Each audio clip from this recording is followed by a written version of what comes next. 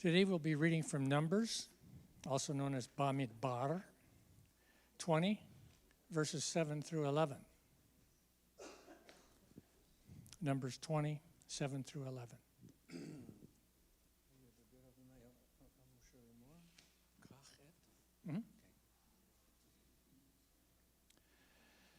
וידבר אדוני אל משה לאמור, קח את המטה והקהל את העדה, אתה ואהרון אחיך, ודיברתם אל הסלע לעיניהם, ונתן מימיו, והוצאת להם מים מן הסלע, והשקית את העדה ואת בעירם. ויקח משה את המטה מלפני אדוני, כאשר ציווהו, ויקהלו משה ואהרון את הקהל אל פני הסלע, ויאמר להם, שמעו נא המורים, מן הסלע הזה נוציא לכם מים? וירם משה את ידו, ויח את הסלע במטהו פעמיים, ויצאו מים רבים, ותשת העדה ובעירם.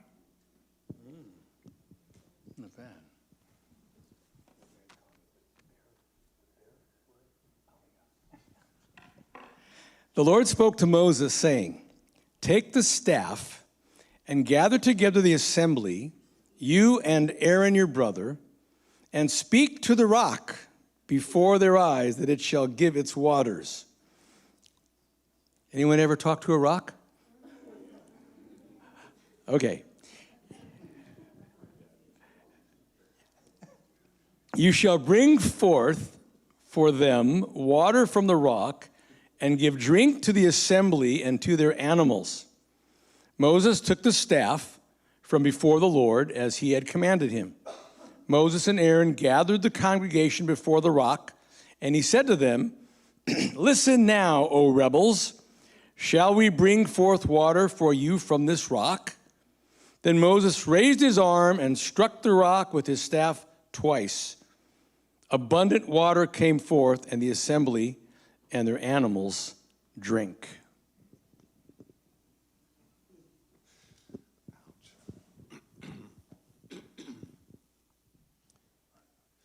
Baruch atah Adonai Eloheinu melech haolam asher heralanu rachamim b'Yeshua v'natan lanu brit chadasha. Baruch atah Adonai noten hamashiach. Amen. Blessed are you, O Lord our God, King of the universe, who showed us mercy in Yeshua, and you gave us a new covenant. Blessed are you, O Lord, giver of the Messiah. Amen.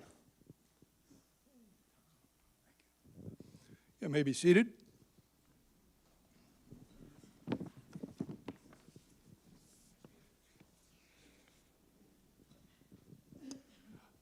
Well, like many of you, I have read this passage numerous times.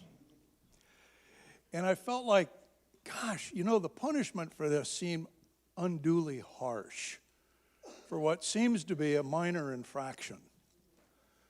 And I always wondered what was really going on here. It seemed reasonable that this small error in judgment should warrant a bit more grace than being forbidden to enter the promised land.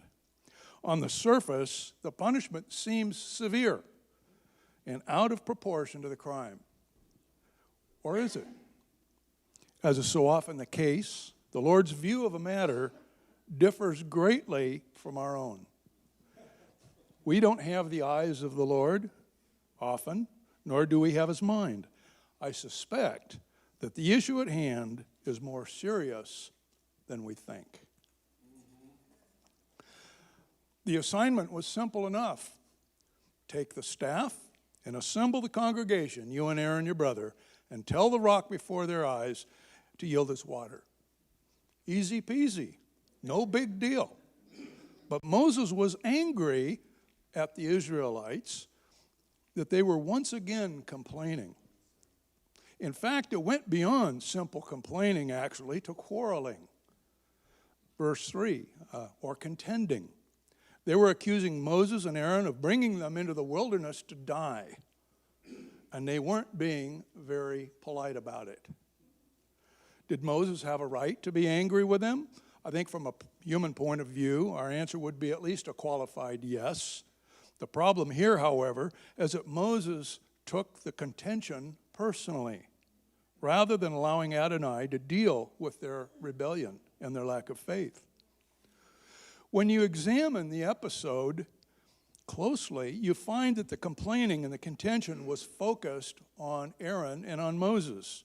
Nowhere in the entire passage concerning the waters of Meribah, which means quarreling, from verse 2 through verse 12, does it say that the people were directing their complaining at the Lord. Only in the closing verse of verse 13 is it finally acknowledged that in reality, their complaining was against the Lord. But during the actual event, all their focus was on Aaron and Moses. So Moses failed to redirect their attention to the Lord and his constant, faithful provision. He also failed to warn them that they were really contending directly with Adonai himself. So Moses and Aaron took the brunt of the people's contention. And Moses wasn't happy about it. He took it personally, rather than understand in the moment that the complaining really was against the Lord. Isn't this the way that it often happens? We misunderstand what an issue is really all about. Now, would I have done any better? I doubt it. I probably wouldn't have been as nice as Moses was about it either. You rebels, shall we bring water for you out of the rock? Were the Israelites being rebels? Absolutely. But Moses, in his anger, left the Lord out of the process. You see, I used to think that when he said we, he was talking about himself and Adonai. I suddenly realized that wasn't, he was talking about he and Aaron.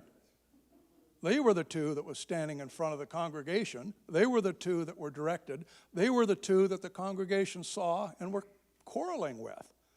What Moses did is he left God out of it completely.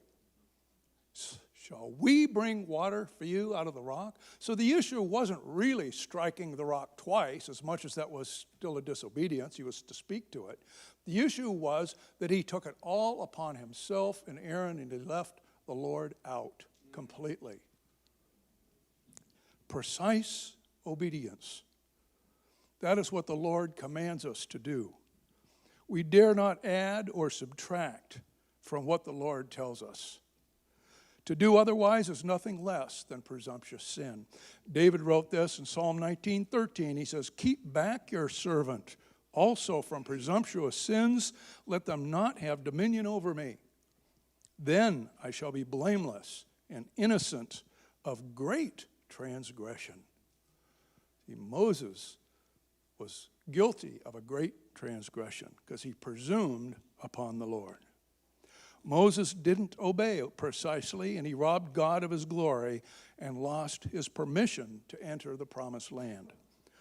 Now, Saul, the first king of Israel, did a very similar thing. He was told to completely wipe out the Amalekites, all the people as well as the livestock. They were to be devoted to destruction. But Saul kept back the best of the livestock. When Samuel confronted Saul's disobedience, Saul excused his actions by saying that his plan was to take these animals and to sacrifice them to the Lord. So he was just going to kill them that way. And Samuel said to Saul, "For you have rejected the word of the Lord, and the Lord has rejected you from being king over Israel." That seems a bit harsh too, but maybe a little harsher than what he gave to Moses. From Saul's perspective, he was killing all the animals by offering them to the Lord. But Samuel's response was, "Behold, to obey is better than sacrifice, and to listen than the fat of rams." We must always obey precisely, not adding or subtracting anything. What might the Lord be willing to accomplish through any of his children who will do what he says and do it willingly and immediately, with precise obedience? Has it ever occurred to us that maybe we don't hear from God as we would like because he knows we won't do what he asks. And sadly, maybe that's a grace. For by not speaking to us, he may be keeping us from presumptuous sin. So, Lord, I pray that you would keep us from presumptuous sin. Give us hearts that are willing to obey, and to obey immediately, and to obey precisely without presuming upon you. We give you the praise in Yeshua's name. Amen.